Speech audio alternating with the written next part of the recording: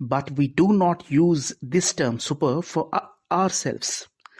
A tailor, ایک درزی جو ہے, may call himself a super tailor. So a tailor, he calls himself a super tailor because of his art, not because of his personality. یعنی اس کی اپنی personality super نہیں ہے, ہاں جو چیز وہ پروڈیوس کرتا ہے that is super, that may be called super.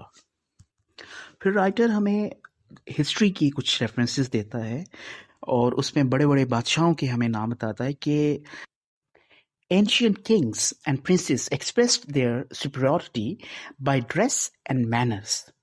Writer کہتا ہے کہ جو پرانے زمانے کے جو بادشاہ تھے اور جو شہزادے تھے وہ اپنے لباس سے اور اپنے انداز سے, مینر سے, وہ اپنی برتری کا جو ہے نا وہ ثبوت دیتے تھے. They made models and tombs, مقبرے بناتے, مختلف قسم کی ماڈلس بنائے جاتے. Caesar Borgia try to be a super man by dint of his strength and bravery. تو وہ لوگ جو تھے پرانے زمانے کے جو بادشاہ وغیرہ, وہ اپنی طاقت کے بل بوتے پر, اپنی بہادری کے بل بوتے پر اپنے آپ کو سپر مین کہلواتے تھے. لیکن جدید دور میں now people only felt pride in اور ایٹ ہیونگ سپر تھنگس, چیزوں کو, سپر پروڈکٹس کو, سپر تھنگس کو ان کے مالک ہونا, ان کو اپنے پاس رکھنے کی وجہ سے اب لوگ اس پر جو ہے نا وہ فخر کرتے ہیں. ایگزامپل ایک اور رائٹر دیتا ہے یہاں پر کہ we do not say that any poet of our time is a super Shakespeare. Then writer says the Caesar even was a super warlord because of his army, not a superman because of himself. His uniform were magnificent, but with an official, not a personal, magnificent. کہتا ہے کہ جو کیسر ہے بادشاہ, جو شہنشاہ تھا, وہ اپنی اس وار لارڈ ہونے کی وجہ سے جو ہے نا وہ سپر تھا, سپر لارڈ تھا, اور اپنے یونیفارم کی وجہ سے, لیکن اپنی ذات کی وجہ سے نہیں. تو یہی جو ہے سلسلہ یہ آج کے جدید دور کے جو انسان ہے اس کے ساتھ بھی ہے.